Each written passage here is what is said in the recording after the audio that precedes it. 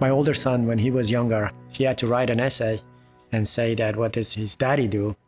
So he started the sentence that he says, my daddy does this, that when everyone else running this way, my daddy runs that way toward the trouble. On January 13th, that was Friday the 13th, 2017, I wasn't feeling very well. I was so weak that I couldn't even walk my dog across the street. So we went to the ER, and I think I met Dr. Akhlaghi, but I was so out of it, I don't remember him then. I met him later, but I was told by my friends that took me to the ER that he was there from the beginning to the end when I was medevac to Savannah Memorial Hospital. Simply put, I would not be here today were it not for Dr. Akhlaghi and staff at the hospital. She's my first patient with AAA rupture that survived. Just a little bit of gestalt. Just a little bit of like, good luck.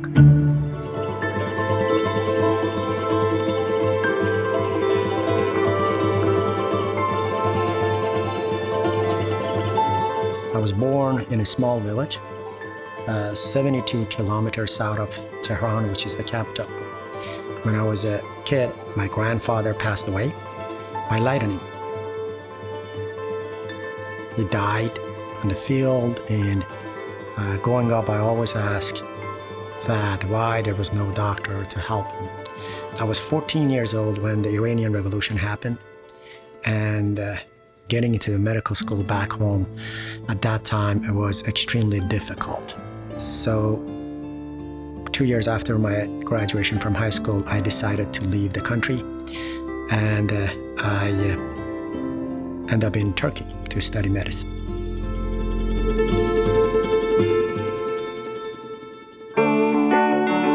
Here in Brunswick, we see between 4,000 and 5,000 people a month. We really are a primary care location for a lot of people. Dr. Akhlaghi has really done a nice job to make sure that they're cared for appropriately and looked after appropriately, knowing that no one's really comfortable coming to an emergency care center. I think when they come in, generally they are scared. They don't know what to do. That's why they're there. They want to know what's going on. And they expect their doctor to find out what's wrong with them.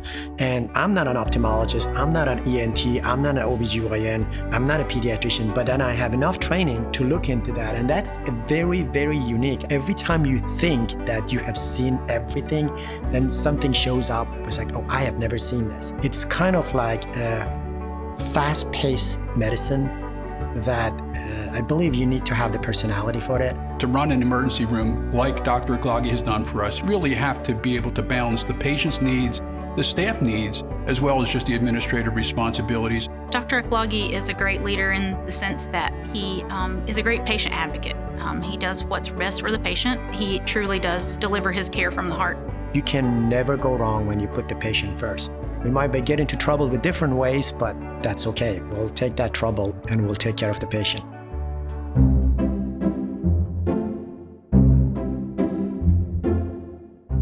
Dr. Akhlaghi probably will cringe when I say this, but we gave him a tiara because sometimes he's our princess. He does a great job, but he just needs a little TLC from the staff. Everybody has a nickname. My nickname, they call me Princess. Usually when he gets frustrated, he has a very strong accent when he speaks. He comes very demanding at times, and so we gave him a tiara and a wand. When I ask for something, usually it does happen and they'll get it for me. When he gets high in demand, he can wear his tiara and bring out his wand so that he can tell us what he wants, and we'll be sure to get it for him. You have to be professional, but I don't believe that you have to be always serious, because, our job is a little bit stressful, and it won't hurt to crack some jokes there,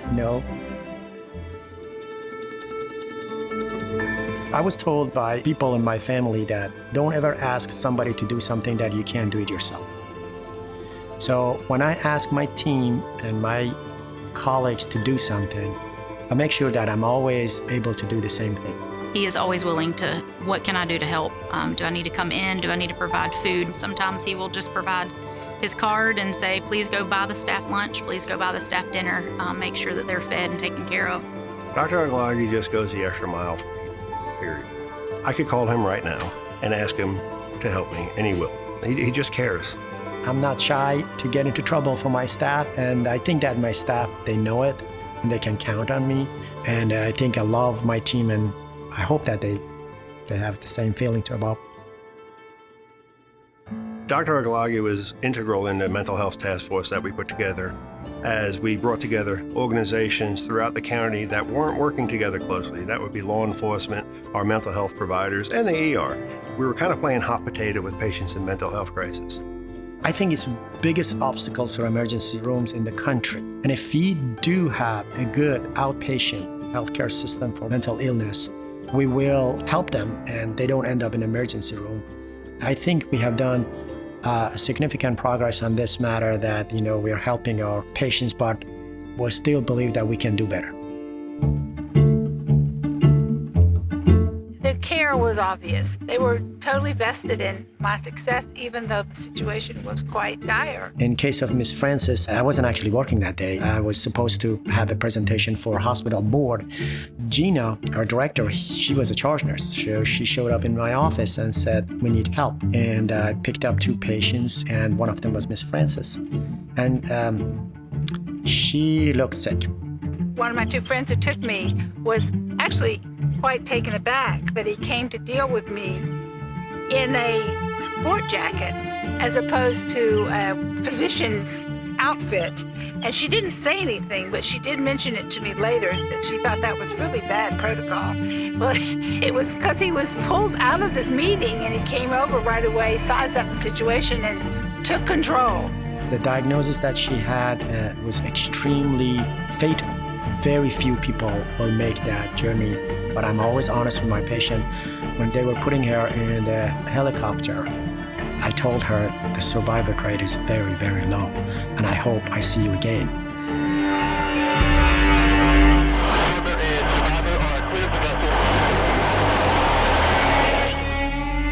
This morning, about 0200, the vessel Golden Ray was reported to be listing heavy to starboard.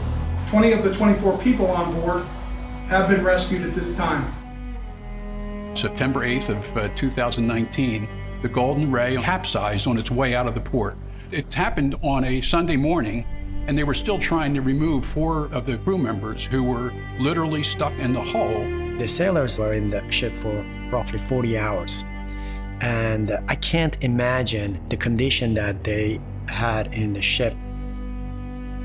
I was working that day, myself in the ER, and we got the call that, there's a ship that is capsized, and there are some crews that, they're like actually in the water.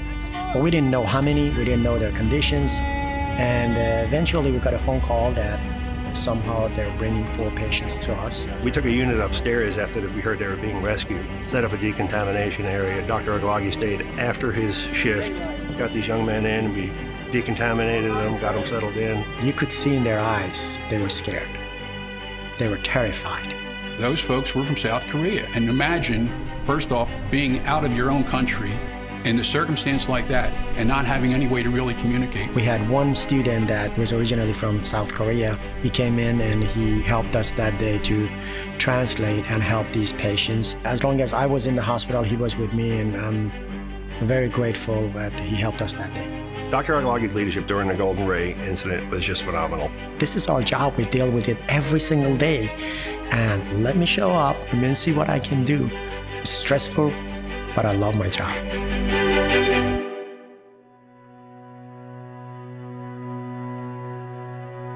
I am pretty much of a control freak, and I plan everything. And here was the most important event in my life, and I had absolutely no control. However, if I had had control over my situation in the ER, I could have done no better than to have chosen Dr. Akhlaghi as my ER physician. It would be hard to compare Dr. Akhlaghi with something that we don't have right now. However, I think if he was gone, we would miss him. We'd miss his leadership, his gentle touch, and the way he leads.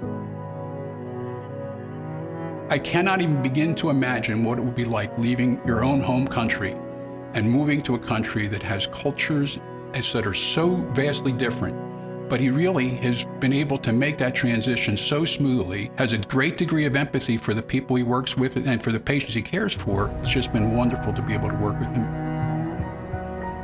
Dr. Akhlaghi's story inspires me in the sense that he's just a good human being. He works from the bedside as a medical director and provides good patient care. If you just look at the book and you just try to treat the patient, I think the computer can do a better job. But then we have to put the emotion, we have to put, we call it physician gestalt, and compassionate into the medicine, and I don't think the computer can do that. To be honest with you, I'm never worried about that, how they're gonna think about me, because as long as I take their side and I back them up and I take care of the patient's side, I'll be in good hands.